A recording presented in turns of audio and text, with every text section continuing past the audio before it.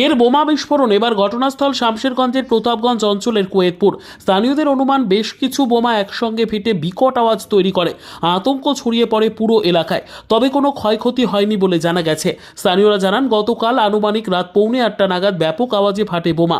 বেশ কিছুদিন আগে হবি এবং করির নামে দুই ব্যক্তির থেকে একটি বাড়ি কেনেন মেহেবুল নামে অপর এক ব্যক্তি।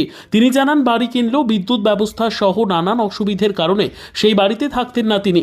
দীর্ঘদিন ধরে পরিত্যক্ত অবস্থায় পড়েছিল সেই বাড়ি। বাড়ির মালিকের অনুমান আগের মালিক পক্ষই বোমা মজুত রেখেছিল। ঘটনার খবর পেয়ে ঘটনাস্থলে ছুটে যান স্থানীয় পুলিশ।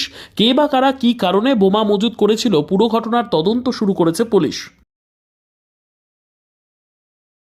আটটায় জামাত হয়, উজু উজু করতে বসছি, শেষ টাইমে আওয়াজ, এখানে সব ডরিয়ে গেছি, সব বারে কুন্ডিকে কিসের আওয়াজ, কে ফুটাল যে কেমন করে বলবো। বাড়িটা বিক্রি করে দেয়, কাজ ছিল, বাড়িটা ছিল হবিতে, কে লিয়েছে বাড়িটা মেজার বাপনাকে মেহবুল কিনে নিয়েছে। হ্যাঁ, বাড়িটা কিনে নিয়েছি। কার কাছে? কবির কাছে আর কবিরের কাছে। কতদিন? 3 মাস মতন হলো। তালামারা থাকে, আমাদের অন্য বাড়ি আছে। পাস হওয়ার পর জানতে পারছি। কি জানতে পেরেছেন? এই আওয়াজ হলো, আওয়াজের পরে এসে দেখি কি এই অবস্থা। কি আওয়াজ হলো কি করে বুঝবো? কত গলা হয়েছে আমরা কি করে বুঝবো?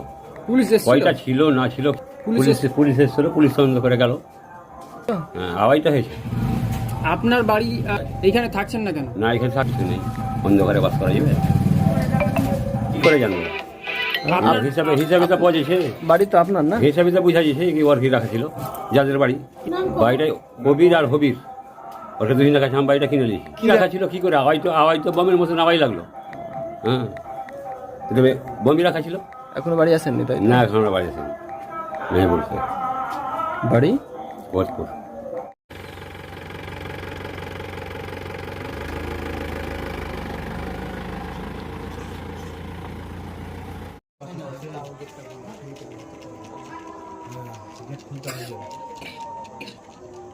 মিটার নেই কিছু নেই।